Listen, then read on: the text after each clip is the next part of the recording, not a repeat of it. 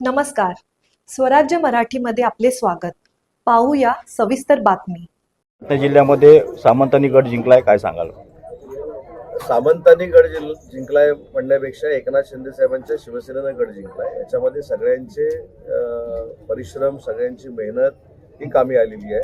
राज्यमंत्री योगेशजी कदम असतील, आमचे उपनेते संजय कदम, सदानंद चव्हाण साहेब असतील, तिकडे राजन साळवी असतील, किरण भैया सामंत असतील, हे सगळी आमची जी टीम आहे या टीमनं एकत्र काम केलं म्हणून आम्हाला स्ट्राईक रेट हा 99% राखता आलेला आहे.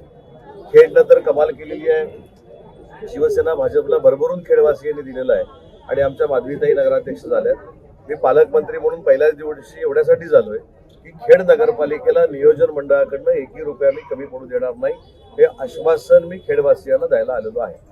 सर, आज सामना पेपर में ऐसा कहा है कि तेलंगाना में ईवीएम बैलेट पेपर पे वोटिंग हुआ और महाराष्ट्र में ईवीएम पे वोटिंग हुआ, इस वजह से महाराष्ट्र में महायुति जीत गई. सामना पेपर मधली बातमी महाराष्ट्रातली जनता मनावर घेत नाही. तुम्ही देखील मनावर घेऊ नका कृपा करून. त्याला काही अर्थ नाही. जर ईव्हीएम वर एवढा आक्षेप आहे तर केंद्रामध्ये सुरुवातीला राहुल गांधी साहेबांनी राजीनामा दिला पाहिजे, कारण ते ईव्हीएम वर निवडून आले. आणि इकडे उरलेल्या शिवसेनेच्या युबीटीच्या सगळ्या आमदारांनी राजीनामे दिले पाहिजेत, खासदारांनी राजीनामे दिले पाहिजेत. ते सगळे निवडून आलेले ईव्हीएम वर चालतात आणि आम्ही निवडून आलेले ईव्हीएम वर चालत नाही. ही दुटप्पीपणाची भूमिका आहे, हा राजकीय बालिशपणा आहे. त्याच्यामुळे सामना तुम्ही मनावर घेऊ नका, महाराष्ट्र मनावर घेत. सर, आता ज्या नगरपालिका निवडणुका महाराष्ट्रात झाल्या त्यामध्ये महायुतीला प्रचंड यश मिळालेलं आहे. क्रमांक 2चा पक्ष शिवसेना झालेला आहे. तर आगामी मुंबई महानगरपालिकेची निवडणूक आहे, त्याची ही नांदी आहे. मुंबई महानगरपालिकेसह 29 महानगरपालिकेच्या ज्या निवडणुका आहेत त्याच्यामध्ये कुठच्याही परिस्थितीमध्ये माननीय शिवसेनेचे मुख्य नेते, आमचे मार्गदर्शक एकनाथ शिंदे साहेब आणि राज्याचे मुख्यमंत्री देवेंद्रजी फडणवीस साहेब आणि अजितदादांच्या नेतृत्वाखाली 29च्या 29 महानगरपालिकेवर महायुतीचा भगवा फडकणार आहे. आगामी जिल्हा परिषद पंचायत समिती निवडणुका महायुतीमुळे एकत्र लढणार की कसं काय? कारण का आमदार शेखर निकम म्हणतात की सोबत नारा दिला त्यांनी. शेखर निकम साहेबांनी राष्ट्रवादीचा स्वबळाचा नारा दिला आहे. हा राष्ट्रवादीचाही भूमिका झाली.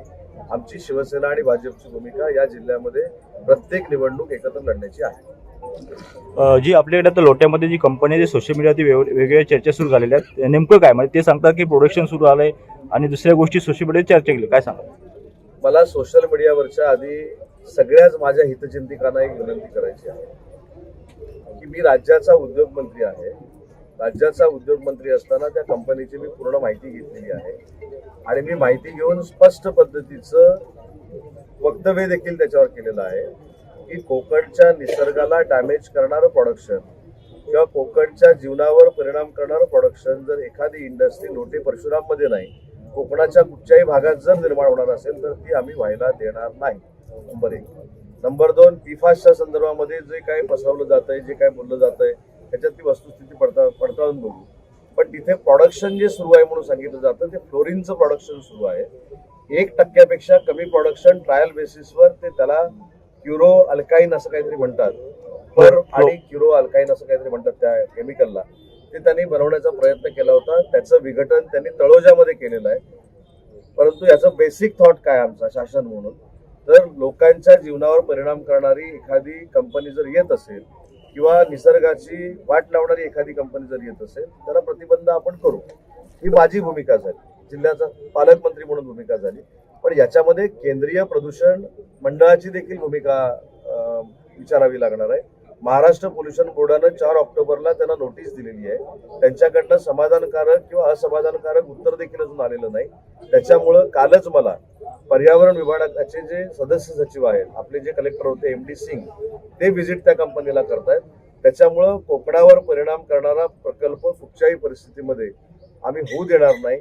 ही जी भूमिका इथल्या नागरिकांची आहे ती पूर्ण आम्ही पडताळणी करू, तपासणी करू आणि त्याच्यातनं घातक जर काय असेल तर ते बॅन करू. स्वराज्य मराठी, बातमी नाही जबाबदारी. चॅनलला लाईक करा, शेअर करा आणि सबस्क्राईब करा.